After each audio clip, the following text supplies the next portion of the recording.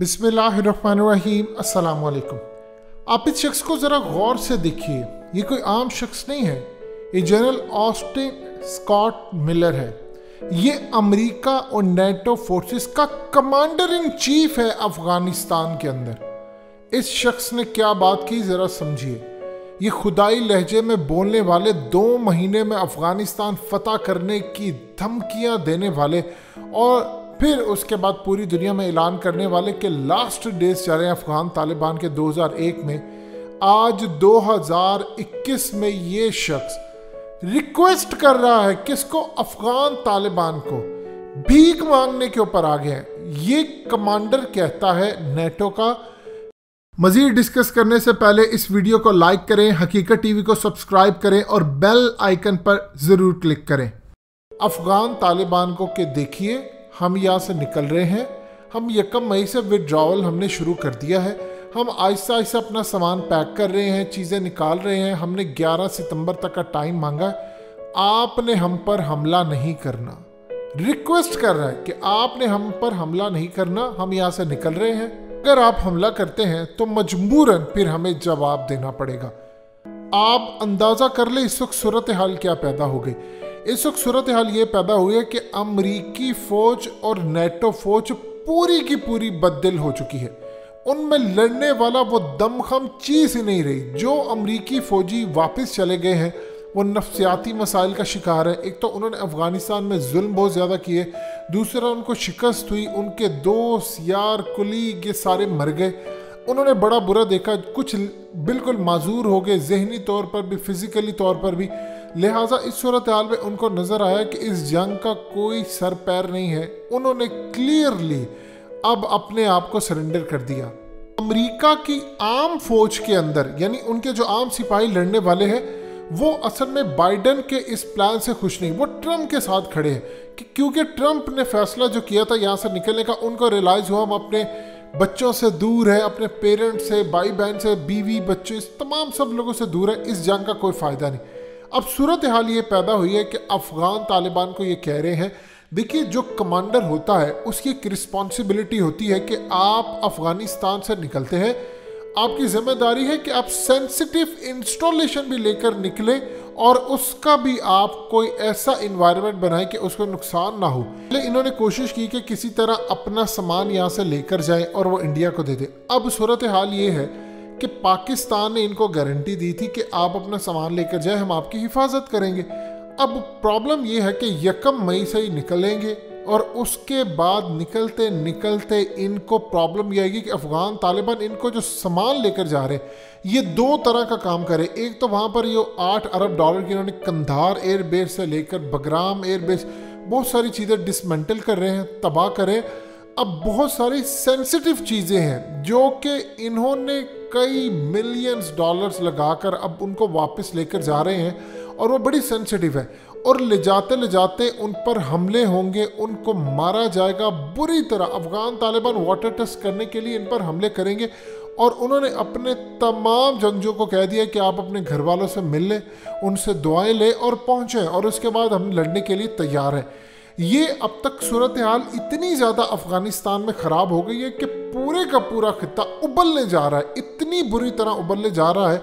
जब अमेरिका का अफ़गानिस्तान में कमांडर इन चीफ ये बात कहना शुरू हो जाए और रिक्वेस्ट करे अफ़गान तालिबान के आगे, आप हमें मारिएगा मत क्योंकि वहाँ पर फ़ौज लड़ने के लिए तैयार नहीं, लेकिन ये पाकिस्तान के ऊपर जो जंग मुसल्लत करने जा रहे हैं, दुआ कीजिए कि अल्लाह पाक बुरे वक्त से बचाए। जो होने जा रहा है, जो रिपोर्ट्स इंटेलिजेंस हमारे इदारों को मौसूल हुई है वो बड़ी दर्दनाक है। 28,000 के करीब इस वक्त ब्लैक वाटर के लोग अफ़गानिस्तान में पूरी तरह तैयारी में हैं। अब अमेरिका का प्लान ये है, क्योंकि ये लड़ के थक चुके हैं, उन्होंने काफ़ी अरसे से लड़ा नहीं, वो लड़ते हैं पैसे के लिए, उन्होंने मारना होता है, उनको कोई इस चीज़ की परेशानी नहीं है। वो लड़ेंगे, मार खाएंगे, हार जाएंगे। अफ़गान तालिबान ने अगर अमेरिका जैसी ट्रेन फौज को नहीं छोड़ा तो उनकी क्या औकात है। प्रॉब्लम ये आती है कि वो पाकिस्तान का खुला नुकसान करते हैं। अब ये यहाँ से निकलते हैं, वो सफारतकारों के बेस के अंदर आते हैं, किसी दूसरी बेस में आते हैं। अब अमेरिका ने पाकिस्तान पर दबाव ये डाला है कि आप अगर अफ़गान तालिबान को नहीं मनाएंगे तो हमारे लिए प्रॉब्लम ये है कि वहाँ पर हमारी एम्बेसी को भी ख़तरा है, हमारे सफारतकारों को भी ख़तरा है। अमेरिका इस पूरे खेल के अंदर एक चीज़ तलाश कर रहा है और वो है एक बड़ा जाली हमला, चाहे वो अफगानिस्तान में हो या किसी जगह हो। एक तो अफगान तालिबान ने उनको मारना, लड़ाई करें, दूसरा वो खुद कुछ जाली हमले करके ऐसा जवाब पेश करेंगे कि फौज मजीद उतारेंगे, दुनिया को कहेंगे कि चढ़ दौड़ो, यहाँ पर कोई सूरत हाल बाकी नहीं बचती। बाजवा ने हालिया अफगानिस्तान के सफ़ीर से मुलाकात की, उनको क्लियरली कहा कि देखिए कोई ऐसी चीज़ नहीं चाहते, अमन होगा अफगानिस्तान में तो पाकिस्तान में भी हो जाएगा, लिहाजा जंग इस मसले का हल नहीं है, ना हम जंग को सपोर्ट करेंगे। अब आप अंदाज़ा कर लें कि पूरे का पूरा खेल इस वक्त इस लेवल पर ख़राब हो चुका है। इंडिया वहाँ पर पैनिक में है, अफगान तालिबान के साथ चाइनीज़ बातचीत कर रहे हैं, यानी कुल मिलाकर पूरी तरह सूरत हाल ख़राब है। अमरीकी जनरल ने असल में एक दफ़ा अफगान तालिबान के आगे रिक्वेस्ट कर दी है कि आप अगर हमें जाने देंगे तो मामला आसान होगा। अगर बात खाली फ़ौज की होती तो शायद समझ आ जाती। उनको पता है कि इसके बाद इन्होंने ब्लैक वाटर दाइश को छोड़कर जाना। देखिए ये इस वक्त 2500 फौज रह गई है, वो यहाँ से निकलते हैं तो 28,000 ब्लैक वाटर के जंगजू जो दाइश के अंदर भी घुसे होंगे, दाइश के अलग होंगे, टीपी के अलग होंगे, भारत के अलग होंगे। ये बड़े पैमाने पर एक खाना जंगी की सूरत हाल क्रिएट होने जा रही है।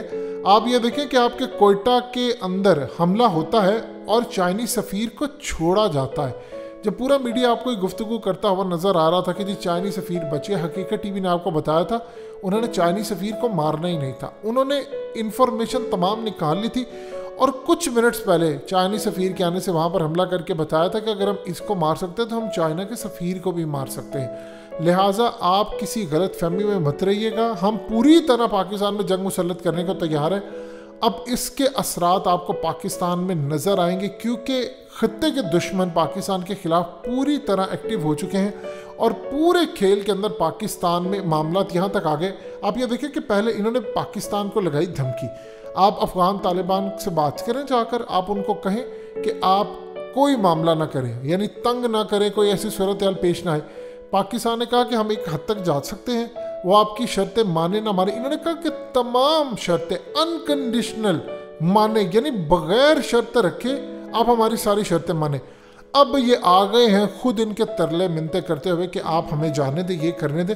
जब ये नहीं होगा तो फिर वो लड़ेंगे। जाते जाते भी अमेरिका का नुकसान होगा। अमेरिका की पूरी कोशिश है कि किसी तरह जाते जाते ब्लैक वाटर को पाकिस्तान में घुसाते जाएं। इस वक्त आपके बॉर्डर पर पूरी तरह फोर्सेस अलर्ट हैं। सिर्फ और सिर्फ 5 से 6 दिन का वक्त रह गया है और उसके बाद 1 मई से अफगान तालिबान ने इन पर ताबड़तोड़ हमले करने शुरू कर देने हैं और इनको रोकने वाला कोई नहीं। इन्होंने उसका बदला लेना है पाकिस्तान से। अब पाकिस्तान में ख़ास तौर पर आप जानते हैं ये लॉकडाउन की जो सूरत हाल है ये भी बहुत ज़्यादा ख़राब हो चुकी है, यानी इसका आपको डायरेक्ट पाकिस्तान के सिक्योरिटी मामला के साथ भी इसका ताल्लुक नज़र आता है क्योंकि लॉकडाउन से लोगों की मैशत ख़राब होती है, लेकिन पाकिस्तान के हवाले से चीज़ें ख़राब हैं। यानी यहाँ पर लोगों को बचाना भी एक फ़ौज के लिए मकसूद है।